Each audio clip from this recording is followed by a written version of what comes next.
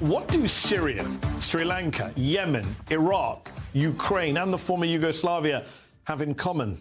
They're all places that have recently suffered through some of the worst civil wars in modern history. Violent upheavals that have ultimately killed or displaced millions of people, while most Americans have watched from afar. But a political scientist who has studied those civil wars and been to many of those countries says that the United States is now on a path to joining them. Sounds crazy, right? On this show, we talk a lot about coups and insurrections and domestic extremism. But at what point do we even consider speaking seriously about the next level? Because worse than all of those things is open, bloody, violent civil war. And it sounds crazy for me to even say that it's possible. But I'm not Dr. Barbara F. Walter. No, not Barbara Walters, the journalist. Barbara F. Walter, a professor at the University of California, San Diego, who has studied civil wars and their causes since 1990, conducting field research across the globe from Israel to Northern Ireland to Myanmar to Colombia to Zimbabwe. And Walter has even teamed with other academics on the CIA-funded Political Instability Task Force to help the government predict future global sites of unrest. But in 2018, after a year of Donald Trump in the White House, she began to focus on instability here at home.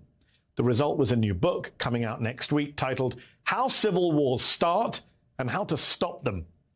In it, she warns that the worst-case scenario could in fact happen here in America. Quote, if you were an analyst in a foreign country looking at events in America, the same way you'd look at events in Ukraine or the Ivory Coast or Venezuela, you would go down a checklist, assessing each of the conditions that make civil war likely.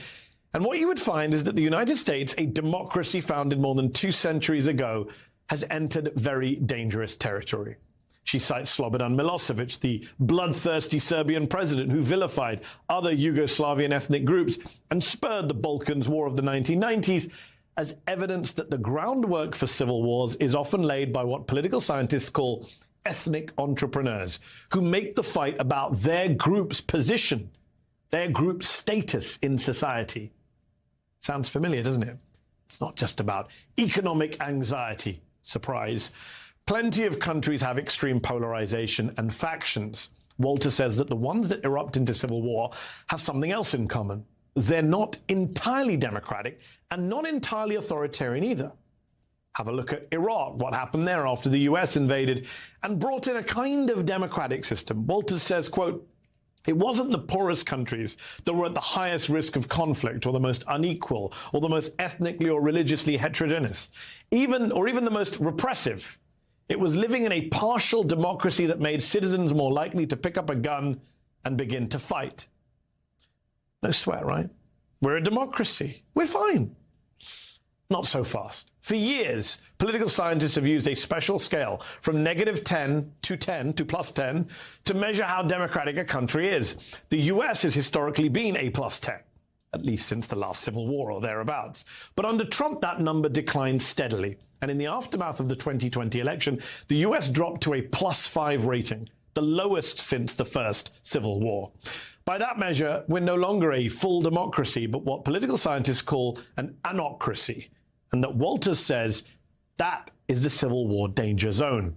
Combine that with our extreme factionalization, rising attacks by right-wing extremists, and the easy availability of guns, of conspiracy theories, of misinformation on social media, and you have a tinderbox that most Americans don't or won't recognize, including most American politicians. I mean, how are we supposed to react to comments being made at right-wing conferences like this one? At this point, we're living under corporate and medical fascism. This is tyranny. When do we get to use the guns?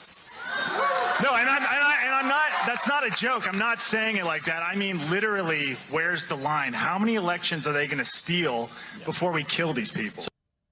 No, I'm being serious, he assured the crowd, which should be a warning to the rest of us. If America has a second civil war, Walter concludes, the combatants will not gather in fields, nor will they wear uniforms. They will go online to plan their resistance, strategizing how to undermine the government at every level and gain control of parts of America. They will create chaos and fear, and then they will force Americans to pick sides. I mean, that is both chilling, but it also sounds kind of like where we are today. So how likely is civil war here in the coming months or years? I know it feels almost absurd to even ask the question, but how would we deal with it if we were to have another civil conflict in this country? And perhaps most important of all, what can be done now to prevent such a catastrophe from happening again in America? Who better to ask than the author herself? Joining me now is Barbara F. Walter, Professor of International Relations at UCSD and author of How Civil Wars Start and How to Stop Them. Thank you so much for joining me on the show this evening. You make it clear in your new book that we're not talking about Gettysburg or the siege of Petersburg. We're not talking about that kind of conflict. We're talking about a scenario you put forward, which is very different. Talk us through that scenario and how we get there in your mind. Yeah, one of the reasons why most Americans can't even conceive of a second civil war here is because they're thinking of the first one. They're thinking about two large armies meeting each other on a giant battlefield, yes. Men in uniforms dragging cannons. And the reality is that's the old 19th century version of a civil war. 21st century civil wars don't tend to look that way. And they don't tend to look that way in part because governments, militaries, including the United States, of course, have become much, much more powerful. One of the things that most Americans don't know was that the U.S. Army back in 1860 was really small and weak. There were only 16,000 soldiers. Think about that, 16,000 soldiers. And most of them were stationed west of the Mississippi to control Indian uprisings. So if you were the Confederacy and you were thinking about challenging the U.S. government, it was not crazy to think that you could actually win that war. It is crazy to think you could win a war against the U.S. military today. It has over 2 million people under arms. And so what's happened in the interim is that insurgents have shifted to a different strategy, the strategy of the weak. And so 21st century civil wars tend to be more like insurgencies. They tend to be decentralized, fought by lots of small groups, militias, paramilitary groups, sometimes working together, sometimes not working together. And they're using unconventional tactics.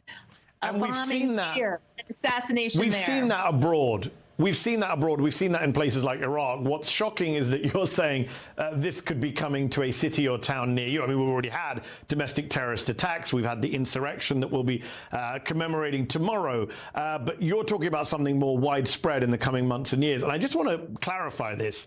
This is in your view, a Republican Party, a right-wing caused problem, is it not? Because in the book, you do say there are signs that people on the left are also getting armed, are more willing to see political violence than they were before, and we always hear about Antifa from the right. But in your view, what we're talking about in terms of a civil conflict, this is far-right militias, far-right activists. Yeah, so I've studied every civil war that's happened since 1946, and I've collected and analyzed an enormous amount of data. And we actually have a good idea who tends to start civil wars. And again, this is surprising to most people. It's not the poorest people, as I said. It's not immigrants. It's not groups who are particularly heavily discriminated against. It's not the really weak people in society. The people who tend to start civil wars are groups that had once been politically dominant, but have either lost power or are threatened with losing power. So when you think about this country, we know that there is a group that has dominated politically, socially, economically for the entire time of this country, right? It's white Christian Americans. And we know that demographically, they have been losing power for decades. And we know historically that these types of groups tend not to go down without a fight. Sadly, your book has led to some lively debate among political scientists, including on Twitter. Dartmouth professor Brendan Nyhan and a few others have argued that the very term civil war is overly broad, not particularly enlightening, and could make it easier to dismiss the very real threats that you're highlighting. What's your response to that?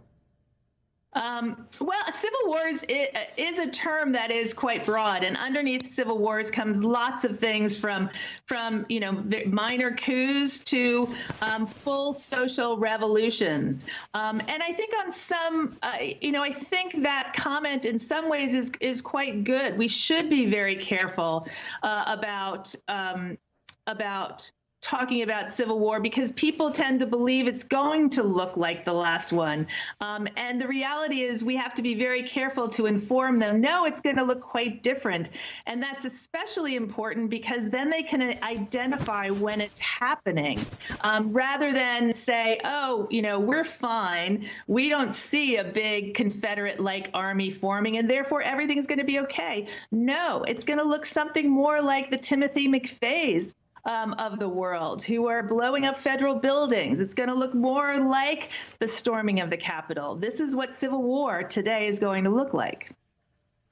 And in your book, you also point out that some countries have been close to civil war, like the US, you argue is now, but have come back from the brink. You cite the example of apartheid-era South Africa, or the transition away from apartheid-era South Africa. What are the lessons there for the US? How do we stop this from happening? Yeah.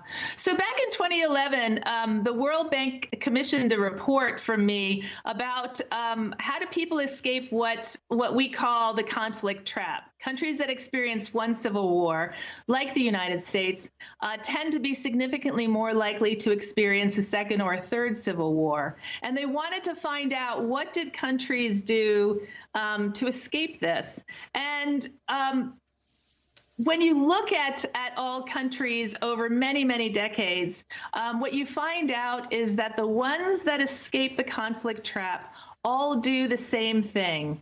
They institute significant political reforms and they strengthen their democracy. They double down on democracy. And the ones that don't do that are the ones that experience repeated violence. And so when you look at South Africa, if you had asked Civil War experts in the 1980s what country around the world was most likely to experience a civil war, they would have all said absolutely 100% South Africa. It was a minority regime, an apartheid regime. It was becoming increasingly violent towards its citizens, increasingly repressive. The white minority was doing everything possible, including shooting citizens. If you remember what happened in Soweto, shooting citizens to maintain their minority hold on power. And then something shifted. Did you want to jump in? No, finish your point, and I had one last quick question. Yeah, so what shifted was President Botha was replaced by President de Klerk, and de Klerk came in and he immediately began to reform. And in fact, very quickly, the white minority transferred power to the black majority. Mandela was released from prison. Mandela was voted into office. And so people ask, like, how did that happen? Usually the elite minority system don't give up power. Why would they do that? They're going to be shut out of power forever. And the reason the apartheid regime did this in South Africa was because business elites, the white business establishment, finally said, we're not supporting apartheid anymore.